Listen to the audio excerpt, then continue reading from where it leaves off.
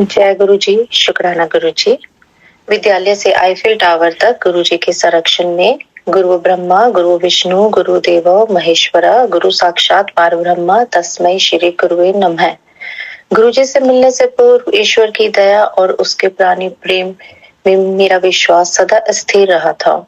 गुरु कृपा का शब्दों में वर्णन करना अति दुसाध्य कार्य है। जिस भांति परमात्मा प्रार्थनाओं का फल देते हैं, उसी प्रकार गुरु जी के सत्संगों में वक्ता और श्रोता दोनों को वरदान और असीम आनंद प्राप्त होता है। मैंने सुना है ईश्वर हमारे कर्मानुसार परिणाम देते हैं, किंतु मैंने गुरु जी को अपनी दिव्य ज्वाला में हमारे दुष्कर्मों को जलाते हुए देखा है। फलस्वरूप हम उस जीवन से उभर सके हैं जो उनके कोमल चरण स्पर्श कर कृतज्ञ हुए बिना जीना पड़ता। गुरु जी के प्रथम दर्शन के समय मैं 11वीं कक्षा में पढ़ती थी। यद्यपि मेरा जन्म पंजाब में हुआ था, उस समय हम नोएडा में रहते थे और मुझे पंजाबी भाषा का ज्ञान बिल्कुल नहीं था। अतः मुझे शब्द या गुरु जी का कथन बिल्कुल समझ नहीं आते थे। निस्संदेह प्रथम दर्शन पर मुझे कितना अच्छा प्रतीत हुआ, यह वर्णन करना बहुत कठिन है। मेरे प्रभु के शब्द मेरी वाणी में अपने विद्यालय के वार्षिक उत्सव पर मुझे स्वागत भाषण देना था। यद्यपि मैं यहाँ सदा से करती आई थी, इस बार मुख्य अतिथि अति वरिष्ठ अधिकारी थे। मेरे उपसंहार पर सब उपस्थित गणों ने तालियों की गड़गड़ाहट से मेरी प्रशंसा करी। मंच से उतरते ही सबने मेरी सराहना करी और बधाई के पुल बांध दिए। शिक्षकों और सहपाठियों ने अचरज भरे चेहरों से मुझे बताया कि भाषण देते हुए मुझ में परिवर्तन स्पष्ट झलक रहा था।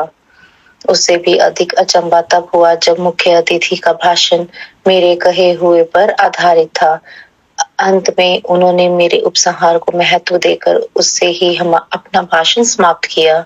सबको यह आश्चर्यजनक प्रतीत हुआ, पर मुझे पता था कि गुरुजी की कृपा से ही यह संभव हो सका है।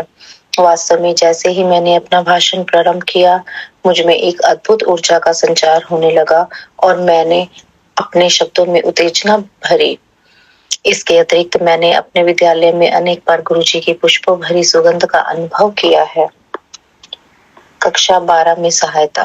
12वीं कक्षा में पहुंचने पर अध्ययन का महत्व अधिक हो गया था। एक दिन प्रसाद देते समय गुरुजी ने मेरे विषय पूछे। मैंने उन्हें बताया कि वाणिज्य के विद्यार्थी हूँ, तो उन्होंने अर्थशास्त्र पर प्रश्न कर दिए। उन्होंने मेरे से ऋण नियंत्रण अर्थात क्रेडिट कंट्रोल पर प्रश्न पूछा, तो उत्तर पता होने पर भी मेरी बुद्धि शून्य हो गई। यद्यपि उस समय मुझे समझ ही नहीं आ रहा था। आने वाले समय में मुझे पता लगा गुरुजी ने क्या किया था। गुरुजी की चेतावनी से मैं इस विषय पर विशेष ध्यान देने लगी। इसके बाद जो हुआ उसके लिए मैं तत्पर थी। वर्ष के उत्तरार्ध में हमारी अर्थशास्त्र की अध्यापिका चली गई और यह विषय स्वयं पढ़ना था। गुरुजी की सावधानी से मैं सतर्क हो गई थी और बिना किसी कठिनाई के मैंने इस विषय में 97% अंक प्राप्त किए थे। जैसे जैसे मेरी परीक्षाएं समीप आ रही थी, गुरुजी के पास दर्शन के लिए जाना कम हो गया। अंशतः उनके निर्देश थे कि मैं पढ़ाई पर ध्यान दूं। 13 जनवरी उत्तर भारत में लोहड़ी के दिन मैं अपने माता पिता और भाई के साथ गुरुजी के दर्शन के लिए गई थी। परीक्षाएं समाप्त होने से पूर्व वह अंतिम दर्शन होने की संभावना थी। गुरुजी उस दिन स्वयं प्रसाद वितरित कर रहे थे और जब तक मेरी बारी आई तो वह टॉफी दे रहे थे। प्रसाद वहीं पर समाप्त करना है, ऐसा गुरुजी का आदेश था, किंतु टॉफियां अपवाद थी। सो मैंने थोड़ा सा प्रसाद वहीं खा लिया और शेष अपने पास रख लिया। मैं गुरुजी के पास आज्ञा लेने पहुंची और उनके कमल चरणों को स्पर्श करने झुकी। जब मैं उठ रही थी तो गुरुजी ने अपना एक चित्र निकाला और मुझे दिया। यद्यपि मैंने उनके पास कोई लिफाफा नहीं देखा था। मैं अति हर्षित हो गई, क्योंकि गुरुजी का चित्र तो अमूल्य है। गुरुजी ने उस रात क्या किया था, उन घटनाओं पर लौटते हुए मुझे चिंतन करने का अवसर मिला। उनके चित्र को अपने हाथों में पकड़े हुए मुझे आभास हुआ कि उसमें गुरुजी की सुगंध आ रही है और यह परीक्षाएं समाप्त होने तक रही। मैं यह चित्र अपने साथ परीक्षा भवन में ले जाती थी। अंतिम परीक्षा समाप्त होते ही उसमें सुगंध आनी बंद हो गई, मानो गुरुजी ने अपने चित्र को परीक्षाओं के लिए विशेष धारा में परिवर्तित किया था। उस रात घर पहुंचने पर जब मैं बची हुई टॉफियां गिनी तो कुल 12 थी, प्रत्येक परीक्षा के लिए 2। गुरुजी के चित्र और इन टॉफियों के साथ मैंने अपनी परीक्षा पूर्ण की। बहुत अच्छे अंकों से उत्तीर्ण होकर दिल्ली के ही सबसे अच्छे महाविद्यालयों में से एक में प्रवेश पाने में सफल रही। प्रेम, आइसक्रीम और सबसे मनोहर जन्मदिन। एक दिन गुरुजी ने कुछ भक्तों के साथ गुड़गांव के एक होटल में जाने की योजना बनाई और मुझे भी साथ आने को कहा।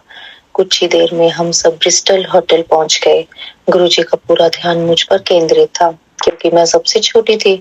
गुरुजी ने तीव्र गति से होटल का चक्कर काटा और फिर बैठकर सबके लिए शीतल पेय मंगवाए। उसके साथ ही कुछ खाने का आहार आया और बाद में आइसक्रीम भी आई। हमने अविस्मरणीय समय व्यतीत किया। निकलते हुए कारों में चढ़ने के समय गुरुजी ने विशेष रूप से मेरी पूछताछ की और यह ध्यान रखा कि मैं सही प्रकार से उनके स्थान तक पहुंच सकूं। गुरुजी ने अपने निवास स्थान पर मेरे अनुभवों के बारे में पूछा। वह तो अति निराला ही था। गुरुजी ने मेरे से यह भी पूछ लिया कि क्या मैंने आइसक्रीम खाई थी। गले में कष्ट होने के कारण मैंने नहीं खाई थी। गुरुजी ने कहा कि आइसक्रीम खाने से मेरा गला ठीक हो जाता। कालांतर में मुझे पता लगा कि गुरुजी ने मेरे गले का कष्ट समाप्त कर दिया था। उस दिन के पश्चात मेरा गला जो हर वर्ष एक बार अवश्य खराब होता था, वह नहीं हुआ। गुरुजी के उत्कृष्ट संरक्षण और प्रेम की विशेष झलक एक दिन और प्रकट हुई। हम संगत में शब्द सुन रहे थे और गुरुजी द्वारा प्रसाद वितरण की प्रतीक्षा कर रहे थे। गुरुजी के आदेश पर प्रसाद लाकर उनके पास रख दिया गया। उस दिन गुरुजी ने जिस ओर मैं बैठी थी उधर से प्रसाद बांटना आरंभ किया। प्रसाद लेने के लिए सबसे पहले मैं ही थी। जैसे ही मैं प्रसाद लेने के लिए उनके पास पहुंची, उन्होंने पंजाबी में यह कहकर कि मैं अपने जन्म दिवस का पूर्ण आनंद लूं, विस्मित कर दिया। संगत में किसी को मेरे जन्म दिवस के बारे में पता नहीं था। मेरे परिवार के किसी भी सदस्य ने उनको बताया ही नहीं था। वह मेरा सबसे मनमोहक जन्म दिवस रहा है। गुरुजी असंभव करते हुए। दिल्ली विश्वविद्यालय से स्नातक में उत्तीर्ण होने के बाद मैं कुछ नहीं कर रही थी। गुरुजी ने मुझे सिम्बोसिस, एक प्रमुख संस्था से पत्राचार द्वारा MBA करने के निर्देश दिए।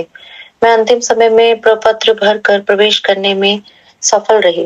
परीक्षाओं के लिए मैं दक्षिण दिल्ली केंद्र मैंने अपना विकल्प दिया था, किंतु दुर्भाग्य से मुझे दिल्ली के दूसरे छोर पर केंद्र मिला। मेरे पिता ने अंतरण के लिए आवेदन दिया, पर पुणे से उत्तर मिला कि एक बार केंद्र निर्धारित होने पर उसे बदलना संभव नहीं है। प्रतिदिन परीक्षाओं के कारण मेरा एक दिशा में 45 किलोमीटर यात्रा करना संभव नहीं था। अंततः निर्णय लिया गया कि मैं अपने दादा दादी के पास रहूं, जो उस केंद्र से 10-15 किलोमीटर दूर रहते थे। नोएडा में उनके पास रहने से मेरा गुरुजी के पास जाना असंभव था। किस प्रकार से मैंने पहली प्रतीक्षा तो दे दी, किंतु मैं इतनी दुखी थी कि मेरा मन शेष परीक्षाओं को छोड़ने का बन रहा था। मैं रोई और गुरुजी द्वारा किसी प्रकार से इस स्थिति से निकलने की प्रतीक्षा में रही। उसके पश्चात जो हुआ उसकी कल्पना भी नहीं थी। अगले दिन जब सब परीक्षा में मगन थे, एक अधिकारी ने आकर घोषणा की कि क्या कोई परीक्षार्थी अपना केंद्र बदलने को इच्छुक है, और उनकी सूची में दक्षिण दिल्ली केंद्र का नाम भी था। मैं तो उछल पड़ी और तुरंत अपना नाम लिखवा दिया। परीक्षा के अंत में उस अधिकारी के पास जाने पर उसने बताया कि अधिक परीक्षार्थियों के कारण इस केंद्र पर स्थान की कमी थी और मेरा आवेदन स्वीकार हो गया था। अब मैं परीक्षाएं होते हुए भी गुरुजी के दर्शन कर सकती थी। गुरुजी के अन्यथा और कौन कर सकता है। गुरुजी की शक्तियों को समझ पाना हमारी बुद्धि के वश की बात नहीं है। उनके कार्य तो तर्क को भी मात कर देते हैं। एक बार गुरुजी की संगत में भूकंप आ गया। पहले तो सब बैठे थे, पर जब तक वह कुछ देर तक आता रहा तो कुछ हलचल आरंभ हो गई। यह देखकर अटल बैठे गुरुजी ने अपने मोड़ कर रखे हुए दोनों पैर पृथ्वी पर रख दिए। कंपन तुरंत बंद हो गया। एक दिन गुरुजी कुछ अनुयायियों के साथ, जिनमें मैं भी थी, बड़े मंदिर गए थे। मुख्य द्वार पर निर्माण कार्य प्रगति पर था और सुविधा के लिए ईंटों पर एक लकड़ी का फट्टा रख दिया गया था। हमने फट्टे पर चलकर प्रवेश किया, किंतु गुरुजी ने गीले सीमेंट पर चलकर प्रवेश किया। हम यह देखकर अति अचंभित हुए कि उनके चलने के कोई चिन्ह शेष नहीं थे, किंतु जब हमने उस स्थान पर बहुत हल्के से उंगली लगाई तो उसके भी निशान बन रहे थे। 15 दिन में विवाह। एक बार गुरुजी की शरण में आने पर वह हमारी सब चिंताओं और कष्टों का निवारण करते हैं। क्योंकि हमारा ज्ञान हमारे अनुभवों और वर्तमान परिस्थितियों तक ही सीमित था, हमें स्वयं की आवश्यकताओं को समझने की सामर्थ्य भी सीमित ही है। इसके विपरीत गुरुजी को उनका पूरा ध्यान है और उसके लिए वह प्रावधान भी कर देते हैं। गुरुजी ने मेरे विवाह का प्रबंध भी किया हुआ था और मेरी माँ को 6 वर्ष पूर्व ही बता दिया था कि यह घटना कब घटेगी, पर उसकी गति सबके लिए अति तीव्र थी। अप्रैल के आरंभ में गुरुजी ने मेरे पिता से पूछा कि क्या किसी प्रस्ताव पर विचार हो रहा है। मेरे पिता ने उत्तर दिया कि एक प्रस्ताव आया अवश्य है, किंतु उस पर गंभीरता से विचार नहीं हुआ है, क्योंकि अभी मेरे विवाह के बारे में सोचा नहीं जा रहा है। गुरुजी ने कहा कि उस पर विचार किया जाए। मेरे पिता ने तब इस बारे में परिवार में चर्चा करी।